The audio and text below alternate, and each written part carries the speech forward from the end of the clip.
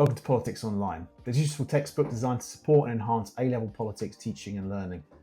Our aim is clear: to make political education more engaging, more accessible, and more closely connected to the fast-moving world around us. Traditional textbooks still have an important place, but they can't always keep pace with events. That's where Politics Online comes in, providing a constantly updated resource so your examples, case studies, and explanations stay current, relevant, and exam ready. Since launch, we're pleased to say Politics Online is now live, with over 800 students and teachers already signed up. Whether you're looking for a clear breakdown of the latest US Supreme Court ruling or a contemporary example to sharpen your essay, the platform is built to help. It's designed to solve some of the everyday challenges teachers and students face. For teachers, it takes the pressure off having to update resources every time politics shifts. For students, it's a reliable place to find accessible explanations, up-to-date examples, and focused exam support. Everything is mapped against the A-level specification, so you know your time is well spent. The platform isn't static. Essay walkthroughs will be added soon, and we're also developing a more structured, coursified experience, giving you a clearer line of learning through the platform and helping both students and teachers track progress with greater clarity. Politics Online is also responsive to feedback. If something needs clearer explanation or you're after more depth on a particular topic, we listen and adapt. That's what makes it different. It's a resource built with you, shaped by your suggestions, and continuously improved to meet your needs. This isn't just another website. It's a collaborative space to keep politics current, accessible, and focused on what really matters. Let's take a look at how it works. Hi everyone, and welcome to this walkthrough of the Politics Online platform. This is going to give you an overview of the various aspects to it, and over the next sort of 5 to 10 minutes, I'm going to show you the different sections and different applications and different content that you'll come across. So this is our landing page. This is essentially where you'll find yourself after successfully logging in for the first time. This is just, again, like this is the home page for all people who log in. So you're just going to see here all the major aspects that we cover. And if you click on one of these squares, it will take you directly to the first section of the first page of that particular content. But we'll come back to that in a minute. First, I'm going to talk you through the intro section. This is perhaps one of the most a good place to start, quite obviously, is to go to how to use Politics Online. Now, this gives you an overview of what the different boxes mean. And you'll see these as you go through the platform. So much like a traditional textbook where there's a degree of color coding around the content, this is where you will find what those mean. So we have everything from sort of A-star boxes, so high-level evaluation analysis, evaluation boxes, so again, getting students used to that kind of evaluative language they need to be successful. Careful boxes, this is to cover stuff like common misconceptions and common traps that students fall into when it comes to political vocab or other kind of aspects of understanding. Purple boxes is stuff which isn't necessarily directly on the specification, but might be useful for kind of wider understanding and stretch and challenges purposes. Yellow boxes is perhaps one of the sort of best aspects of Politics Online. These are updated regularly throughout the kind of the general sort of academic structure of the specification, where your students and yourselves can find those contemporary examples, and these are updated pretty much every half term to ensure they are relevant. And finally, blue boxes, and these are quotes. This is more heavy in obviously the political ideas and core political ideas, but generally speaking, they're throughout as well. You know where those quotes are located. So if I go on to newsletter latest, now this is actually an open page. Anybody can get onto this one, but this is where we have our archive of all of our previous newsletters. As I said, these will be integrated. These stories will be integrated into the Politics Online platform in the relevant sections. But if you wanted a specific one or a specific article, you can always come here and download the most current as well as previous issues.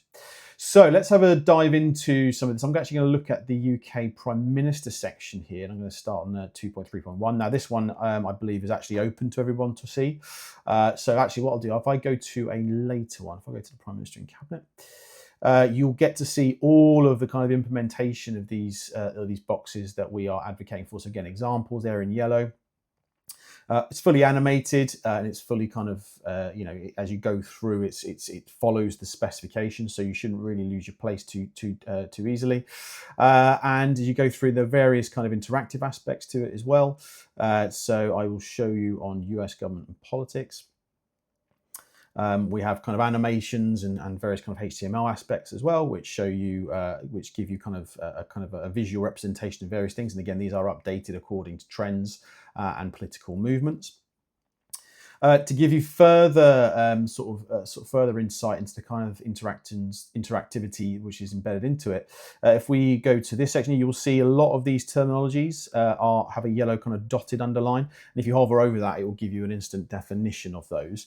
And again, those are updated and changed as and when they are needed. As you can see here, as you go through the US, UK, US, and global aspects, as well as the core political ideas, are all covered, and that comes with any login. So it's not a matter of you're studying US, you only get access to US, or vice versa for global. You get access to the entire platform regardless of your login. So that, again, this isn't me advocating you should teach both global and US politics. However, if you have a student who is more able and is doing US government politics and is going on to study international relations, that could be a useful stretch and challenge tool. Vice versa, if you've got a global politics student who's got an interest in UK government, US government, that is available for them as well. So if you get the full platform regardless of what particular strand or a paper 3 option you have stumped for. So that's those are some of the key features so far. Core political ideas, again, these are included throughout. We have liberalism, conservatism, socialism. I'm going to show you some of the conservative aspects here. So again, it's broken down by the sort of the 3 core areas you need to know about according to the various ideas. So again, you can get section 1 here, talking about core concept of human imperfection, and then you'll get all 3 strands viewpoint on that, as well as the tensions. So sometimes it's very easy for students, especially in this section, to get kind of overwhelmed or kind of think they've got to spend weeks and months poring over a traditional kind of political ideologies text to get an understanding of it. We're trying to get to the core of it here, rather than having to kind of have this kind of quite complicated voyage of discovery. They can go straight to where they need to and find those similarities, differences, tension, high tension, low tension aspects directly. And further to that, as we move along, obviously overviews of the main strands in total. Sorry, let's go back here. Overview of the strands in total. Okay, so again, conservatism here, obviously you've got traditional, one nation, and the new right. And then finally, we've got conservatism, conservative thinkers and their ideas, and these are all kind of hyperlinked. So if we go to Nozick, for example, we can see here you've got a background of all his key writings, key events that influenced him. And again, you've got the pop-up here as well. And you've got all the key thoughts and sort of strands of their particular conservative perspective. And right at the bottom, you've got some quotes there as well. And again, we're responsive. So say, for example, that you thought, well, actually, you know what, I could do with some more quotes on, say, Nozick's view on the state or Nozick's view on the economy. All you got to do, very simply, and again, this isn't going to be, we do encourage you to research. We don't want to do all the work for you, but in terms of saying, well, actually, you could do with a couple more words, could be expanded. My students would really appreciate it. All you do is click the feedback form, type in your name, type in your email, and tell us what you think needs to be improved or what could be expanded on. And again, it's that simple. And that's for anything. That doesn't necessarily just have to be for content. That can be ideas about the platform in general, what kind of direction you think we should be going in terms of next steps. Again, also you could use it to challenge anything. If you think, we're not looking for necessarily a debate, but if you think there is something knowledge-wise or understanding-wise which is off, or a misdating or a allocation of source, please do let us know, and we will be responsive to that. We want to make sure that we are responding to what teachers and students like. Also, we have the exam skills section. Now, in the future, in the next sort of few months, we will be adding essay walkthroughs and exam walkthroughs. So again, like a live recounting, I suppose, or a live demonstration of how these essays and these 12 markers and 24 markers should be done. And as you can see here, they're fairly kind of clearly laid out with some exemplar examples, and you can see there what looks like good practice and what might pitfalls and things you want to stay away from. And again, that's for all the 12 markers. All the exam skills are covered in our exam skills section. So we've got the global one here as well for the 12 markers. 24 markers, and we provide essay structures and pro formas as well at the bottom with some FAQs, okay, about common misconceptions and common sort of procedures when it comes to writing exams. And obviously here, 30 marker essay, source-based and non-source-based with some FAQs there. This is something we're going to expand on in the next few, as I said, it was something we're going to expand on the next few months. But that's something that we're quite proud of, and we think will be very, very helpful for students outside and inside of the class.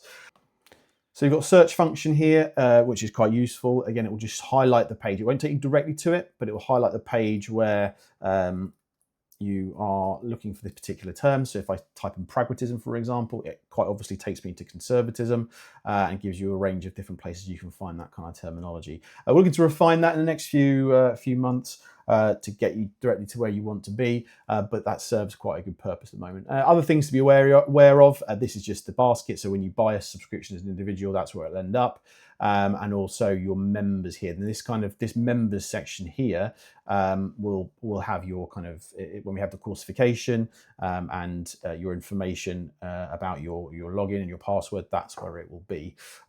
So I hope you found that interesting and found that useful. Again, it's still, whilst it is live and it is essentially as much as it can be at this time finished, we are constantly evolving and constantly trying to improve it, and your feedback is quite key to that. So hope you enjoyed it, and we'll speak to you soon.